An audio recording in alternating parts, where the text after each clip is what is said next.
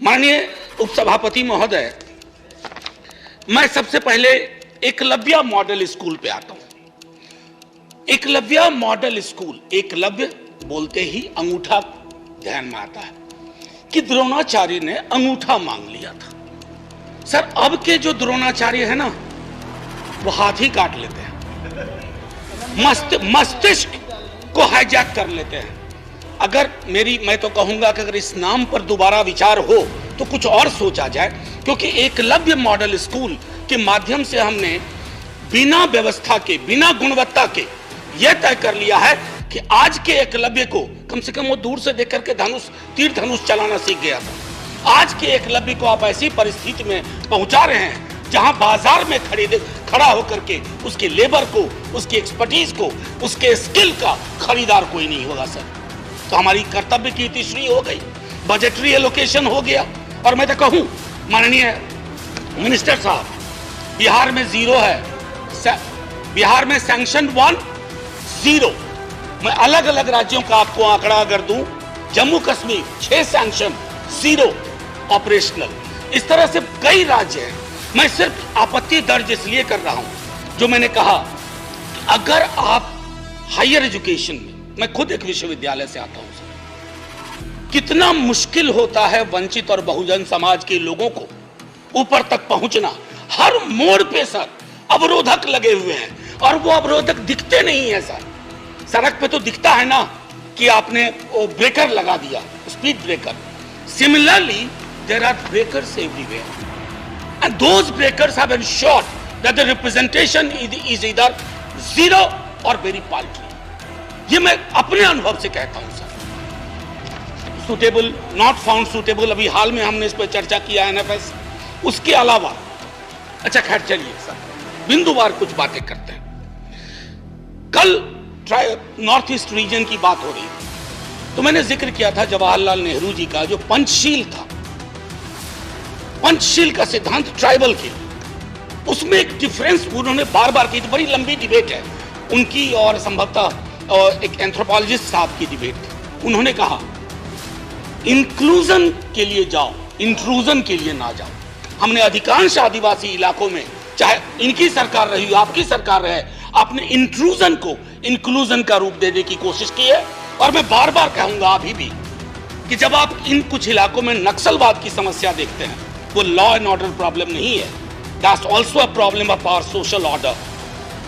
वो हमारे विकास, मैं अभी भी दोहराऊंगा कि you have to fight those extremist ideology by infusion of development with an agenda of inclusion, not intrusion. ये मैं रखना चाहूंगा सामने।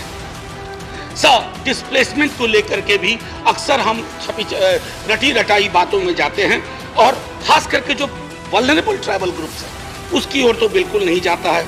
अब मैं एक आंकड़ा लेता हूं सर, 41% ट्राइबल पॉपुलेशन इलिटरेट, और 12 से 18 वर्ष की उम्र में 6.7% ही ऐसे हैं जिन्होंने 12वीं तक की पढ़ाई की है। क्या ये सामूहिक चिंता का विषय नहीं होना चाहिए? ना सिर्फ इस मंत्रालय के लिए, ना सिर्फ इस संसद के लिए, बल्कि हमारे सामाजिक सरोकार के लिए। हेल्थ की बात आते हैं तो ट्रिपल बर्डन है। पहला बर्डन है सर मैल न्यूट्रिशन, अभी मंत्री महोदया थी। दूसरा है rapid urbanisation without any logic. Third, and which is very very important, that because of the life cycle change, rapid urbanisation, the third burden is of non communicable disease. अभी हाल में ही मध्य प्रदेश में एक आदिवासी महिला के साथ जो हुआ हम सब जानते हैं, और ये मध्य प्रदेश में ही सिर्फ नहीं हुआ सर, बस 1-1.5 मिनट और सिर्फ मध्य प्रदेश में नहीं हुआ। आए दिन हम ऐसी खबरों को देखते हैं, तात्कालिक चिंता व्यक्त करते हैं और फिर अपनी जिंदगी में आगे निकल जाते हैं। अब आइए माननीय, आपके थ्रू माननीय मंत्री महोदय, प्री मैट्रिक स्कीम का आप खुद ब्यौरा ले लीजिए।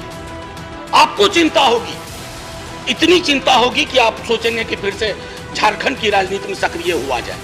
मैं क्यों कह रहा हूं ये बात कि वो स्टैग्नेंट है। एलोकेशन भी, रिवाइज एस्टीमेट जो देख लीजिए, पोस्ट मैट्रिक स्कॉलरशिप की वही हालत है।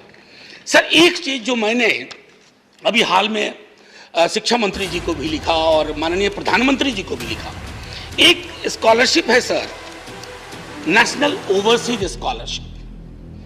सर उसमें एक ऐसी तब्दीली की गई है कि आप हैरान रह जाएंगे। कोई भी इंडियन स्टूडेंट्स, और खास करके ये वंचित समुदाय के लोगों के लिए स्कॉलरशिप है, कोई भी Indian students Indian heritage, history, culture, societal concerns पर विदेश में रिसर्च नहीं कर पाएगा। आज बाबा अंबेडकर होते तो क्या कहते, कोलंबिया की उनकी स्टडी का क्या होता। And large number of people who have used the mechanism of higher education in west, treasure है, मैन्युस्क्रिप्ट है। आप किस बात की, ऐसे कैसे विश्व गुरु बनिएगा? ठीक है बस विश्व गुरु वाली बात के आगे एक सर, अब मैं एक आखिरी चीज कह के खत्म करूंगा। Reports of the commission since 2018, और यह भी चिंता का विषय होना चाहिए, आज तक सार्वजनिक नहीं हुई, सदन में आई ही नहीं है, आज तक नहीं आई 2018 से सर। ये पारदर्शिता है, ये सबका साथ, सबका विकास, सबका विश्वास है। Empty रेटरिक्स don't help. और आज का दिन इसलिए भी महत्वपूर्ण है, आज मान्यवर कांशीराम से संबंधित ये दिन भी। तो मैंने जयपाल सिंह मुंडा से शुरुआत की, मान्यवर कांशीराम जी से कहता हूं, माला पहनाने और सर झुकाने से आगे बढ़ करके उनके विचारों को आत्मसात कीजिए। कि आदिवासी महिला के साथ जो हुआ हम सब जानते हैं, और ये मध्य प्रदेश में ही सिर्फ नहीं हुआ सर, बस 1-1.5 मिनट और सिर्फ मध्य प्रदेश में नहीं हुआ, आए दिन हम ऐसी खबरों को देखते हैं, तात्कालिक चिंता व्यक्त करते हैं और फिर अपनी जिंदगी में आगे निकल जाते हैं। अब आइए माननीय, आपके थ्रू माननीय मंत्री महोदय, प्री मैट्रिक स्कीम का आप खुद ब्यौरा ले लीजिए। आपको चिंता होगी, इतनी चिंता होगी कि आप सोचेंगे कि फिर से झारखंड की राजनीति में सक्रिय हुआ जाए। मैं क्यों कह रहा हूं ये बात कि वो स्टैग्नेंट है, एलोकेशन भी, रिवाइज एस्टीमेट जो देख लीजिए, पोस्ट मैट्रिक स्कॉलरशिप की वही हालत है सर। एक चीज जो मैंने अभी हाल में शिक्षा मंत्री जी को भी लिखा और माननीय प्रधानमंत्री जी को भी लिखा, एक स्कॉलरशिप है sir, national overseas scholarship. Sir उसमें एक ऐसी तब्दीली की गई है कि आप हैरान रह जाएंगे। कोई भी इंडियन स्टूडेंट्स, और खास करके ये वंचित समुदाय के लोगों के लिए स्कॉलरशिप है, कोई भी Indian students Indian heritage, history, culture, societal concerns पर विदेश में रिसर्च नहीं कर पाएगा। आज बाबा अंबेडकर होते तो क्या कहते, कोलंबिया की उनकी स्टडी का क्या होता। And large number of people who have used the mechanism of higher education in west, treasure है, मैन्युस्क्रिप्ट है। आप किस बात की, ऐसे कैसे विश्व गुरु बनिएगा?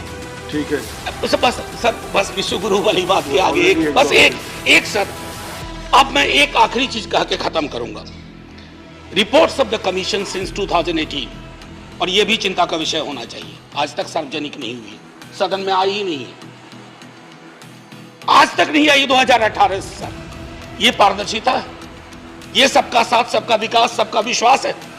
Empty रेटरिक्स don't help. और आज का दिन इसलिए भी महत्वपूर्ण है, आज मान्यवर कांशीराम से संबंधित ये दिन भी। तो मैंने जयपाल सिंह मुंडा से शुरुआत की, मान्यवर कांशीराम जी से कहता हूं, माला पहनाने और सर झुकाने से आगे बढ़ करके उनके विचारों को आत्मसात कीजिए। जोहार जोहार, जय हिंद। चैनल को सब्सक्राइब करें और घंटी जरूर दबाएं।